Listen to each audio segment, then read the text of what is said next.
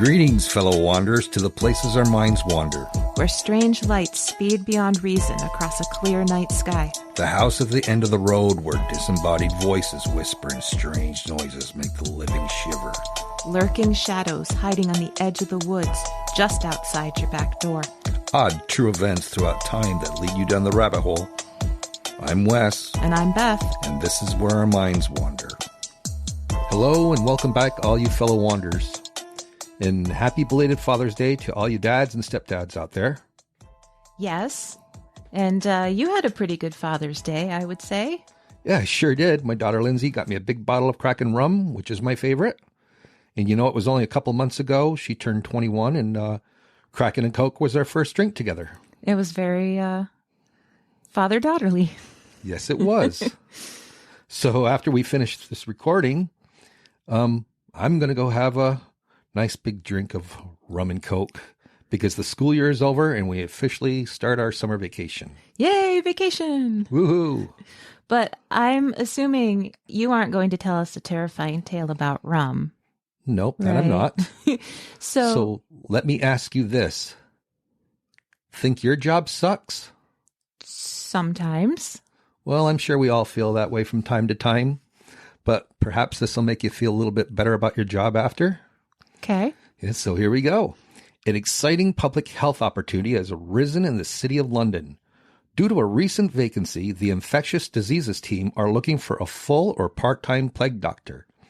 Applicants must be qualified physicians and preferably members of the College of Physicians. Apothecaries need not apply.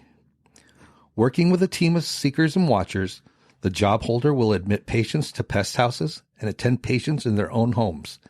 They will be expected to record disease statistics for the bills of mortality, examine patients safely at a distance, perform post-mortems on an occasional basis, follow infection control plague orders, take details of wills and testaments, and give lifestyle advice for the afterlife. Oh boy. Mm-hmm. The role includes the requirement to maintain strict quarantine regulations and not to attend public gatherings. Physicians must carry a white stick to indicate their professional status to the public. The corporation may pay some expenses, including disinfectant fumigants, lozenges, and a small allowance for a supply of sack, which is fortified sweet wine, for medicinal and preventative purposes only. So the corporation might supply lozenges. But if not, the doctor was responsible to just like supply his own. It seems that way. Carry him around in his pockets like grandma pocket candy. Exactly. Picking the lint off them. But I love how it says for medicinal and preventative purposes only. So I guess they didn't want them to partake of it on their off time. Right. So applicants must be fully fit and possess a valid certificate of health. Witnessed and vouchsafed evidence of survival of a previous attack of the deadly pestilence is a distinct advantage and will be looked upon very favorably. Applicants must understand that the role involves long periods of social exclusion and solitude. The city cannot accept responsibility for the illness or death of a successful applicant, as it is generally public knowledge that death rates are currently running at between 15 and 60% in some areas. And treatment and prevention have not yet been discovered. Wow, sign me up for that job. I know. For further information and advice on this challenging but well-recompensated career opportunity, please contact experienced and well-respected senior plague doctor physicians, Dr. Nathaniel Hodges or Dr. Thomas Witherley. And the closing date on that is December 31st, 1665. So that's right. We're talking about the Black Death and the plague doctors tonight. So even before the death ships pulled into port at Messina, many Europeans had heard rumors about a great pestilence that was carving a deadly path across the trade routes of Near and Far East. Indeed, in the early 1340s, the disease had struck China, India, Persia, Syria, and Egypt.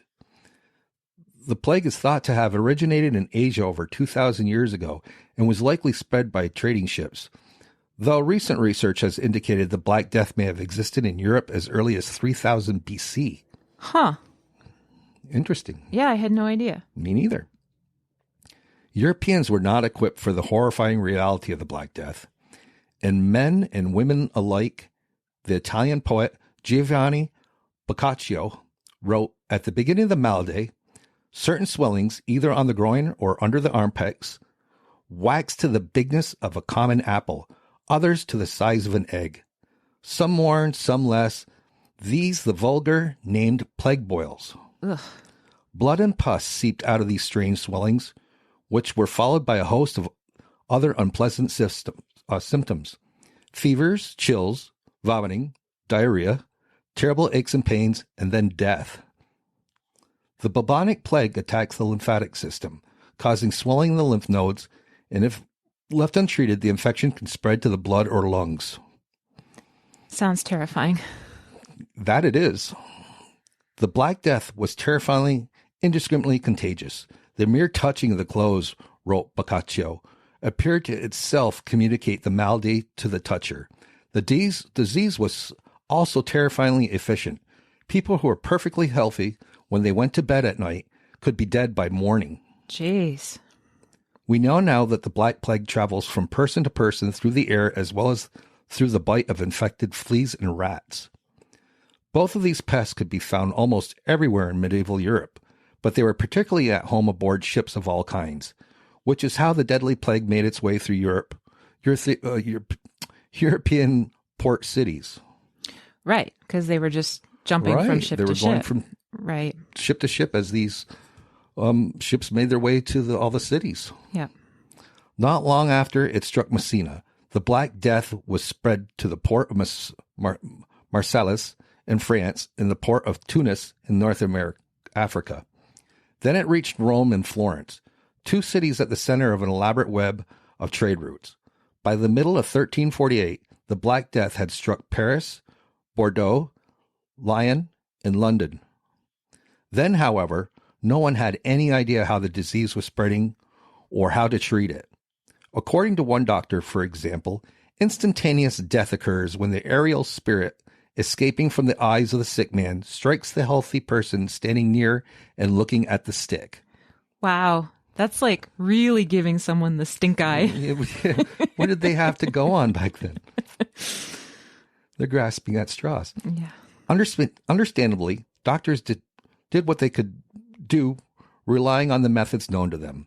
Bloodletting and boil balancing were the first defense, as well as superstitious practices like burning aromatic herbs and bathing in rosewater or vinegar. Frogs were also placed on the bobos. On the bobos. Like when you were little and you skinned your knee. Yeah. And your mom said, "You want me to kiss your bobo?" Exactly. But the frogs were also placed on the bobos to rebalance the humors. Isn't it bubos? Bubos. So, but I always, every time I see the bubos, I'm thinking bubos. Right. It's just a childhood thing. So buboes are a symptom of the bubonic plague and occur as painful swellings in the thighs, neck, groin, or armpits. They are caused by Yersinia pestis, bacteria spreading from flea bites through the bloodstream to the lymph nodes, where the bacteria replicate, causing the nodes to swell. And you'd also mentioned the four humors, that they thought it had something to do with the humors. Right. Well, the four humors, Greek physician Hippocrates, in 1460 between 370 BCE, is often credited with developing the theory of the four humors, which is blood, yellow bile, black bile, phlegm, and their influence on the body and its emotions. Ah, okay. As these cures didn't work, doctors began to refuse to see patients. Priests refused to administer last rites, and shopkeepers closed their doors. Many people fled the cities for the countryside, but even there they could not escape the disease. It affected cows, sheep, goats, pigs, and chickens too. In fact, so many sheep died that one of the consequences of the Black Death was a European wool shortage, and many people desperate to save themselves even abandoned their sick and dying loved ones.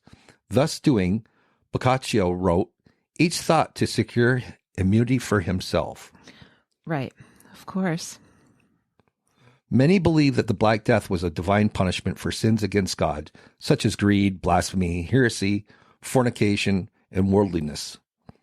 By this logic, the only way to overcome the Black Plague was to win God's forgiveness. Some people believe that the way to do this was to purge their communities of heretics and troublemakers. So, for example, many thousands of Jews were massacred in 1348 and 1349. Of course. Blame it on a whole group of people that have nothing to do with Those anything. poor Jews. Yeah. When that didn't work, some upperclassmen joined processions of flagellants that traveled from town to town and engaged in public displays of penitence and punishment. They would beat themselves and one another with heavy leather straps studded with sharp pieces of metal while the townspeople looked on. For 33 and a half days, the flagellants repeated this ritual 3 times a day. Then they would move on to the next town and begin the process over again. This upset the Pope, since the townspeople turned towards these groups more than they listened to him. So he had them disbanded. Well, that's a good thing, I guess. Yeah, put an end to that. No more flagellants. Nope. Cities all over Europe hired who they thought they could help combat the disease. To a point, most of these doctors were either second-rate physicians, young physicians with limited experience, or men who had no certified medical training at all. What mattered was the plague doctor's willingness to venture into plague-stricken areas and tally the number of dead. Most of the doctor's principal roles weren't to treat the sick, but to perform autopsies and compile records of death. They also helped write wills and counsel the sick on their moral conduct. The city of Orvieto hired Matteo Fu Angelo in 1348 for 4 times the normal rate of a doctor, of 50 florin per year. Out of the 18 doctors in Venice in that year, only 1 was left by 1348. 5 had died of the plague, and 12 were missing and may have fled away. Sometimes they fled with their patients, final will and testament, as well as all their money. It wasn't uncommon for plague doctors to be kidnapped and held for ransom either. Huh. I did not know that. Yeah, it certainly makes you feel better about your job. In many ways. By the 17th century, doctors blamed the plague on Messiah, the idea that the disease was spread through foul-smelling air, and the plague doctors, as well known to them, with their bird-like mask and long robes, were born. The first mention of the infamous plague doctor costume came into play in Paris during the outbreak of 1619.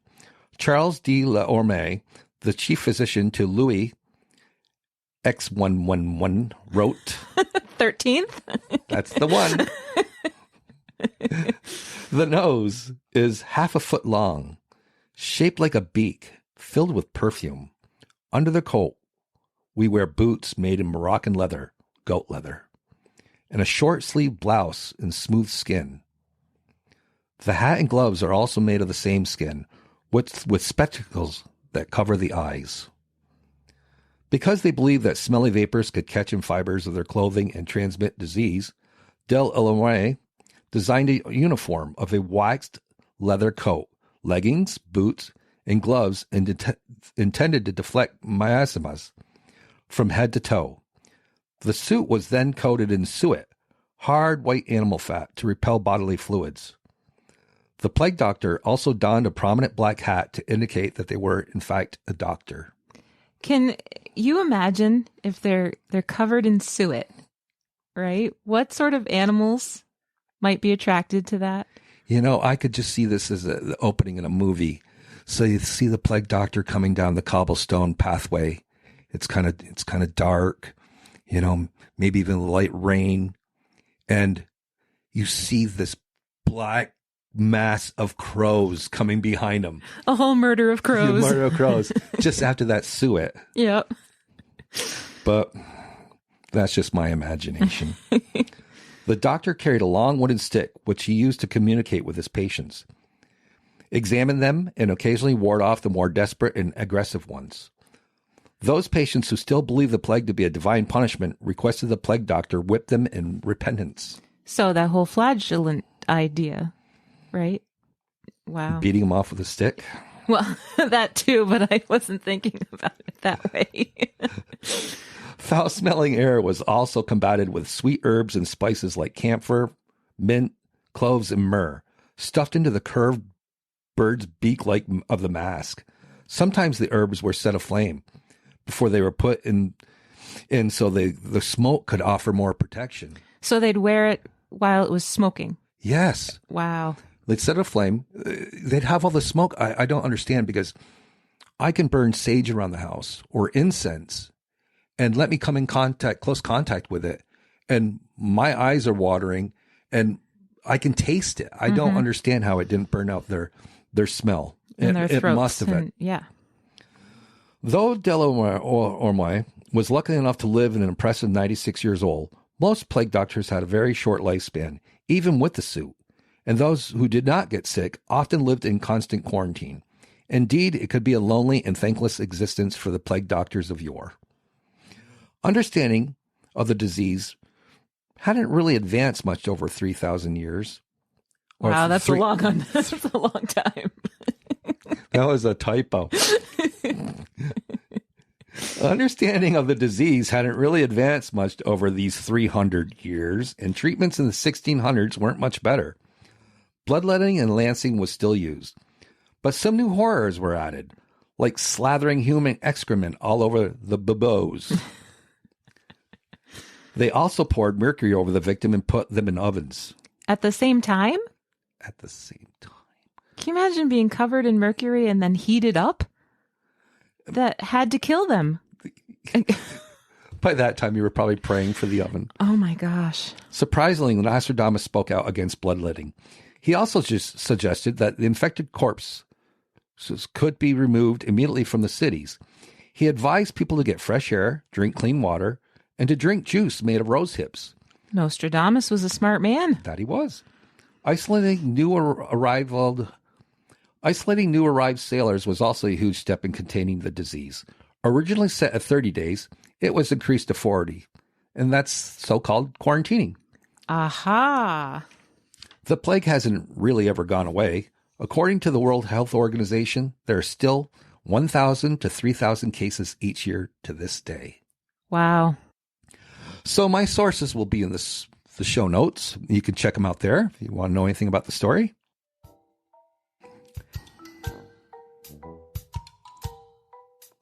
Hey, did you know? Religious sites carry 3 times more malware threats than pornography sites. The average number of security threats on religious sites is around 115, compared to adult content sites, which carry around 25. In fact, only 2.4% of adult sites are infected with malware. Researchers suggest that's because porn sites need to generate a profit, most often from repeat business, so they work harder to keep their sites virus-free. Who'd have thunk it?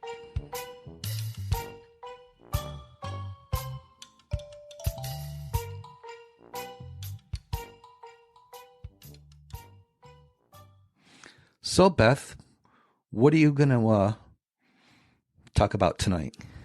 Well, I thought I would start off with an experience that I had and then go from there. So in order to talk about my experience, we have to go back in time to the summer of 1990 when I was a wee babe of 15. And my then boyfriend and his father and I had gone to the Dutchess County Fair in Rhinebeck, New York. Well, that sounds like fun. It was. We spent most of the day doing like typical fair things, like eating lots of greasy food and petting a lot of cows and bouncing darts off of balloons that won't pop. You know, I don't really care for the fair all that much these days, but I do love the smoked sausage with the grilled peppers and onions. And really, that's the only thing that brings me to the fair these days. Yeah. And sometimes you leave the fair without one, and then we still hear about it a year later. Yes, we do. just remember that this year when we go to the fair. I won't forget for you to get your sandwich this year. So anyway, back to 1990 and this summer day, and we'd spent the whole day at the fair, and it was dark. At this point, it was probably around 10 or 11 o'clock at night, as far as I can remember. And everyone was all trying to leave at the same time. And it was super crowded. And I was worried about being separated from my boyfriend and his father. So right, as the stampede, of the crowd leaving. Yes. You want to get the heck out of there quick. Yes. So we all connected hands. We were all holding hands, and his dad was in the lead and I was at the back, and we were just kind of, chained together and weaving our way through all of the people.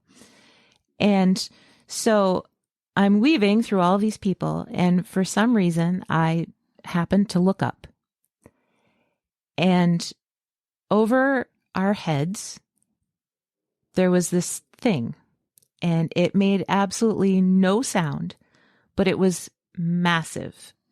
And I remember thinking it had to be the size of a football field. And the only way I could make out its weird shape was because it was darker than the rest of the sky. You didn't see anybody else looking up at this time, or were you just like looking ahead? At that point, no. Trying to just get the heck out. At that point, it caught my eye, and I was still being pulled along, and I was trying to keep up, but I kept looking back over my shoulder at the same time. So this football-sized thing had pale yellow lights along its edges in like a V shape, but it was crooked because there were 3 lights on one side and 4 on the other. So it was more like a check mark. And I remember having the thought that one of the lights must have been burnt out. So it looked like a boomerang with a broken tip. Yeah. Yeah.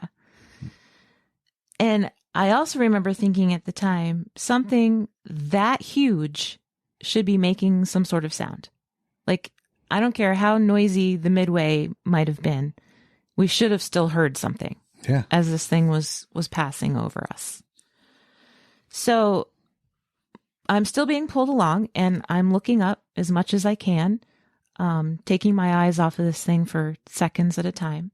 And we got to the edge of the midway where the rope was that separated the midway from the parking area. And my boyfriend went over first, and he turned around to help me over the rope. And I was 100% sure he looked up and he saw the thing that was in the sky. But when he looked back down, I felt like I couldn't make eye contact. I just wouldn't even look at him. And we went to the car, we got in, we drove 45 minutes home in complete silence. That's odd. None of us said anything. We didn't say, the food was good, or what are you guys up to tomorrow? Or did you see that big freaking thing in the sky? Right. We said nothing the whole ride home. And my boyfriend and I never talked about it. We didn't talk about it that night. I never brought it up, never spoke about it. And I remember at the time feeling very strongly like I wasn't supposed to see what I had seen. And if I didn't talk about it, then I hadn't seen it at all. You see, that's odd now. If it was me, and I'm always looking up at the sky, regardless of what's going on, at times I'd be like, hey, does anybody else see this big ass silent boomerang going over the top of us? Right. And you had asked me before if other people had noticed. Yeah. And we were probably halfway to the car when it dawned on me that nobody else seemed to notice. Probably around you. Yeah, because people are in a hurry to get out of there. So they're focused on, hey, is the little one, with us, or did we lose Johnny? Right. But perhaps people that were still, the ones taking their time getting out, perhaps they saw it. Right. So mostly I forgot about it because I didn't talk about it at all. I didn't tell my parents. I didn't mention it to anybody. Until 1992, I was on Cape Cod at the time, and I just happened to be watching Unsolved Mysteries. Oh, I loved Unsolved Mysteries. And I went back and looked. It was season 5, episode 1. And Robert Stack, who I loved, he scared the bejesus out of me because he did a report on the Hudson Valley Boomerang UFO sightings. Mm-hmm. And I remember sitting on the living room couch and just my mouth dropped open, and I kept saying out loud, that's what I saw. Holy crap, that's what I saw. So unbeknownst to me, there were 5,000 reported UFO sightings in the Hudson Valley in the mid to late 80s, the majority of which described the same boomerang-shaped craft that I had seen. So much so that the New York Times ran an article about it in 1984, and collectively they became known as the Hudson Valley Boomerang UFO sightings. The first initial UFO report, according to the article The Black Boomerang UFO of Poughkeepsie on UFOinsight.com, occurred a few minutes before midnight on New Year's Eve in 1982. That's the year I graduated. And now everyone can do the math and figure out that I'm a young chicken and you are an older chicken. On with your story. I'm continuing. The first sighting went as followed. A retired New York City police officer stepped outside his home to clean up some broken glass. Just as he was about to bend down, a bright array of lights caught his attention from above a nearby tree line. Gradually, a large, V-shaped aircraft about the size of a football field came into view. Slowly and silently, it crept over his house a mere few hundred feet above the ground. Speckled along its edges were red, blue, and green lights, and a bright white light beamed down from its center. He and his son followed the light as it illuminated their yard until eventually the aircraft drifted from view.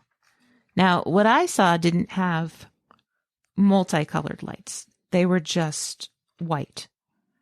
And it didn't have a light beaming down. That's pretty ominous. From the center. Yeah. Yeah, I think if there had been a light beaming down, I would have said something? Yelled or something. Perhaps they were at the fair trying to get one of those sausage sandwiches I love so much, trying to bring it up through their tractor beam. We will get you one this year. Okay. Carry on. The following year, an officer with the Yorktown Police Department witnessed a similar aircraft, also hovering quite low. He watched it for a few minutes until it banked, made a 45-degree turn, and quickly sped off into the horizon. He put a call into Stewart Air Force Base in Newburgh to see if one of the C-5 transport planes had been airborne that night. None had. It was soon seen again, this time hovering over a long stretch of New York's Taconic Parkway. Dozens stopped to watch the bizarre phenomenon, backing traffic up for miles. Witnesses said it looked like a giant floating city. Again, a white light was observed beaming down from its center. The silence of the aircraft was unsettling, and the slowness with which it crept, a mere 3 to 5 miles per hour, was quite stunning. There were so many sightings of this particular UFO that, like I said, the New York Times ran an article in their August 25th, 1984 edition. In the article, they claimed officials believed the UFO was a hoax, a mere 5 to 6 pilots flying in tight formation.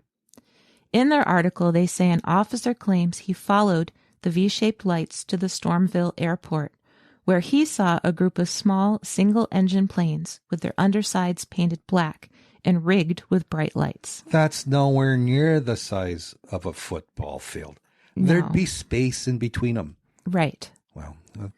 And what I saw was moving so slowly that I think I would have been able to see the space in between them. It was a clear night with tons of stars. Right. Yeah. Also, according to the article, a pilot in the area said he followed the lights to the Sky Acres Airport parking lot. He claimed the pilots shouted to each other as they flew ultralights in tight formation, a single light hanging below each plane. But That's ludicrous. I know. And there's others that say that it is ludicrous. There were pilots who also saw the UFO who said that these explanations were malarkey, that there was no way ultralight pilots could maintain their positions for that long and at such slow speeds, and they would have been super noisy. On March 17th, 1983, Dennis Sant, a government worker and father to 5 children, described a rather extraordinary event that occurred over his house in Brewster, New York, to local police. So this is from the police report. He says, "It was a very large object. The structure of it was very dark gray, metallic, almost girder-type looking. The object seemed to be very silent. The lights were iridescent, bright. They stood out in the sky and three-dimensional. It looked like a city of lights. It just hung in the sky, all brilliant colors. We followed the object around to the backyard, and at that point, a feeling of fright came upon me. Thoughts started to flood my mind. Thoughts of the craft touching ground. Thoughts of an encounter with an alien being. Thoughts of being abducted. All types of fearful thoughts started to enter into my mind. Just a few miles away, traffic came to a halt on Interstate 84 as several other people watched the massive flying object pass overhead. A week later, Newcastle police officer Andy Sadoff was on routing patrol. He was quoted as saying, "I was working a 4 p.m. to midnight tour and assigned to set up some radar to look for speeding cars, and I looked up into the sky and saw a series of lights. At first, I thought it was a plane. It was quite a distance, quite far away, but it was really quite large. As I recall, there were mostly white lights, but there were green lights also. It was alternating green and white. It approached my vehicle, and it stopped, and it seemed to hover. And I'm looking at this thing, thinking, what is it? I wasn't afraid. I was just amazed. I was in awe of it. I didn't know what it was. The only thing that I recall most is I was amazed that there was no noise. There was no humming. There was no engine. There was no sound. It was absolutely silent." Amazing. Seconds later, police received another call. Ed Burns, a senior manager at IBM, was on the Taconic Parkway, 10 miles north of Officer Sadoff. He said, "Out of nowhere, I got a lot of static on the radio. I thought maybe I was on the wrong number, and then I went over to turn the dial again, and that's when I looked up and saw this craft. It was a triangular ship, and the back had to be as large as a football field at least, and there was no noise." Ed pulled over, joining a group of motorists on the side of the road, all watching the strange phenomena. Ed said, quote, "I'm not into astronomy, but what I had witnessed that night was not from this planet." End quote. All of the eyewitness reports from that night indicated that the UFO was moving slowly north across the Hudson Valley. At least 12 other people called in from Newcastle. 20 motorists, in addition to Ed Burns, saw it near Millwood. 10 minutes after that, Yorktown police began getting calls. Yorktown dispatcher Officer William Wolfe Jr. said, "Every line kept going, every single line. Constantly answering the phone, another line would light up. I'd answer the next line, and another one would light up. Got to the point where the county parkway stopped. The officers were out in their cars. It was starting to get really crazy. I tried calling the cars to find out if they saw anything, and the only one that called, Kevin, said that he would stop in." I'm surprised they didn't try to pass it off as a blimp. I'm really surprised. I'm not, because I know later on Right. that's what they did. But, normally it's always, oh, it's flares. Oh, it's a blimp. Yeah. Oh, it's your imagination. Perhaps it was clouds. Perhaps. That Kevin he was referring to was Officer Kevin Soravia, who corroborated the event with his own account. He said, "The object was extremely large. I estimated it to be close to 300 to 400 yards wide. We stood out in front facing to the north, and approximately about 5 minutes later, the object began to appear from the northern horizon." Once Soravia arrived back at the station, the two officers, Wolfe and Soravia himself, stood side by side outside and continued to watch the UFO. However, the two officers' accounts began to differ dramatically. Officer Soravia described it as approximately 18 lights running in a V formation, approximately 200 to 400 yards wide. I was staring between the lights to see any type of a solid structure, where he, Wolfe, may have basically been staring at the lights themselves. Officer Wolf said, "They look like airplanes to me." I said, "Kev, I live near an airport and I see these airplanes every day." So as they were coming over, he said, "Well, you can't hear anything." And I said, "Listen." But then we started to hear a drone. It wasn't one big solid unit. But if you looked at it for like a couple of minutes, or even a fraction as it was coming over, I could see where some people would have gotten upset. Yeah. So maybe that's the thing. Maybe there was space in between and I didn't notice. I don't know. Perhaps so. I don't know how bright the lights would be for the human eye, where it would kind of blur your vision to a point where... Maybe. I'm not sure. Maybe. As to be expected, there were others who agreed with Officer Wolf, most notably Anthony Capaldi, an air traffic control specialist. He claimed the lights were simply several planes flying in tight formation. Other theories were brought forth, including military flares and dirigibles. Military flares are swamp gases. But for those others who stood on highways and in backyards, or at county fairs like me, staring up for long minutes at a time, these explanations seemed impossible, and the sightings continued. In June of 1983, in Hopewell Junction, people were celebrating 4th of July a week early, shooting off fireworks. As they set up for their second round, they began hearing a humming sound. Looking up, they could see an arc of bright lights. They reported that the craft was the width of perhaps 16 or 17 houses, and that it literally covered Jefferson Park, and it was silent as it hovered over them for several minutes. The craft began humming again and took off. But here's where the thing gets really creepy, at least for me. Shortly after 9:30 p.m. on August 25th, 1985, Greg Boone, a reporter for the Poughkeepsie Journal, got a call from one of their photographers. She had just left the Dutchess County Fair. Oh, my God. And she, along with approximately 200,000 attendees on their way home from the fairgrounds, were witnessing the Boomerang UFO on Route 9. And she said it was heading towards the newspaper office. The photographer had been on a hill above the fairgrounds, taking nighttime photos when she first saw the thing. A slightly rounded craft and a darker shade than the early evening sky, and it was huge. She and her friend watched it for about 10 minutes until it suddenly vanished. It was there, and then it just wasn't. 200,000 people. Mm-hmm. That's a lot to witness, you know. Well, you figure when they say that in the air and... when they say that over 5,000 people reported it, right, it makes sense that 200,000 saw it, right, but didn't. And there's a lot of people that just aren't going to come forward. Yeah.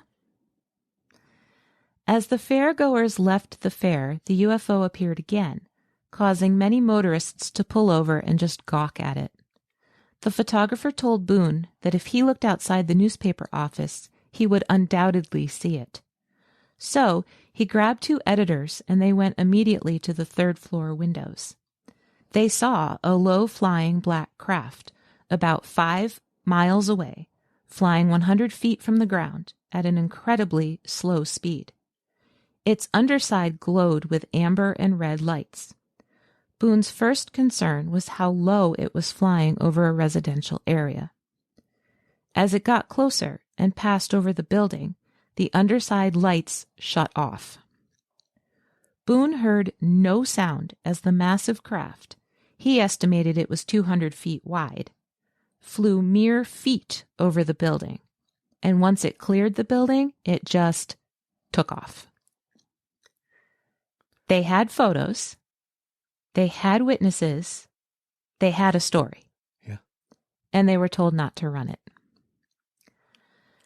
Allegedly, the newspaper was visited the following day by some menacing chaps. Oh, no. Who reiterated that they were not to publish anything about what they'd seen. The Men in Black.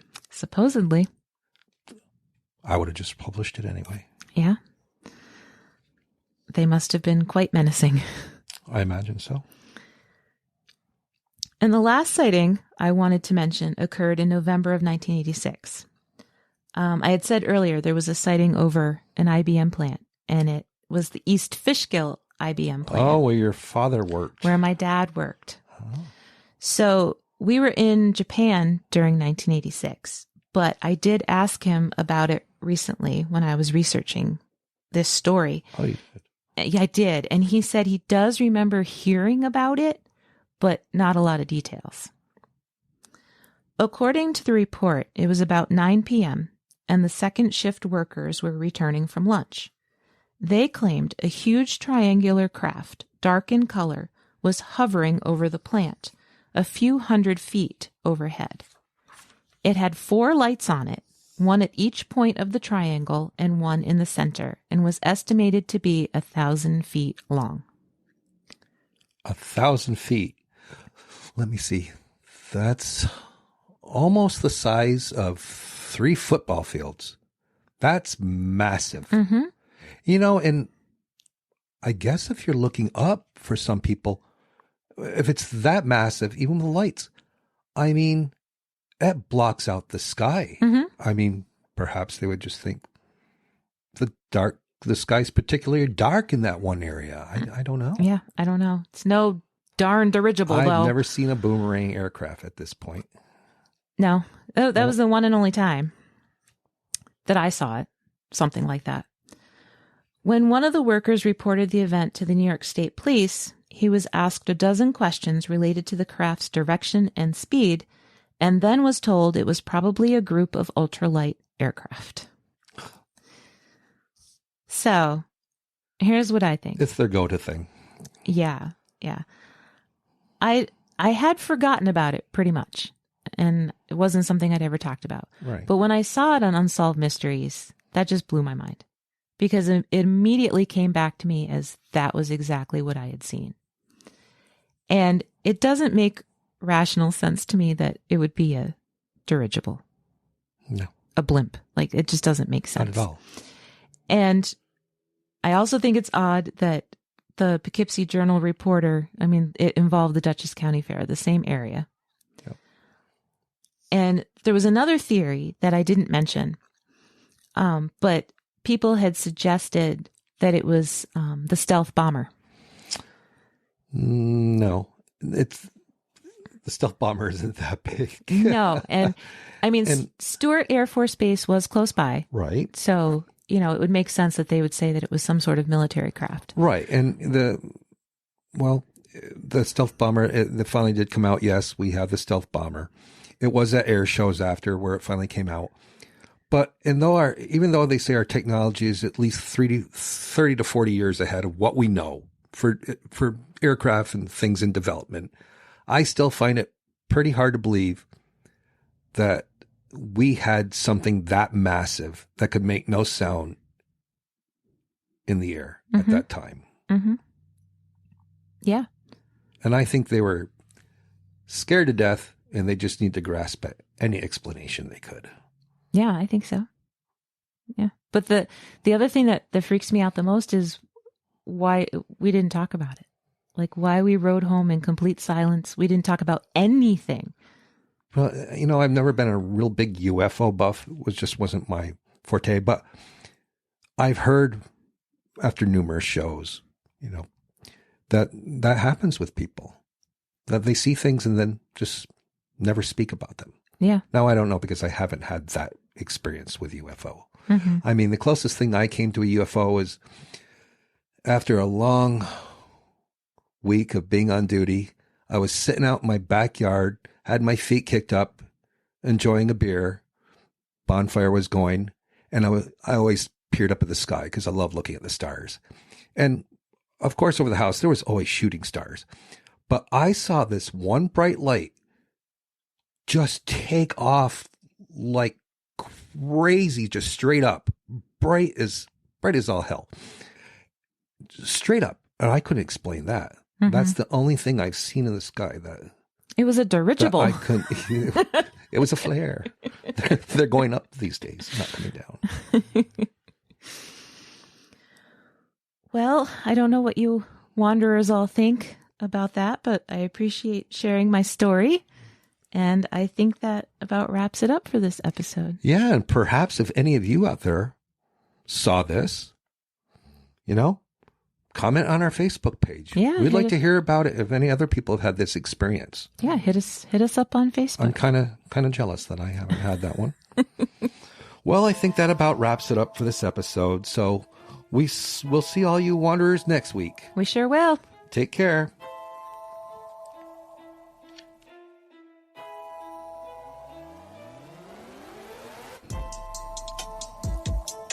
Thank you for joining us. We look forward to traveling with you again to the places where our minds wander. If you like what you heard, please take a moment and provide us with a 5-star rating and a comment. It really helps us move up the list so people can find us. See you next week for an all-new episode of Where Our Minds Wander.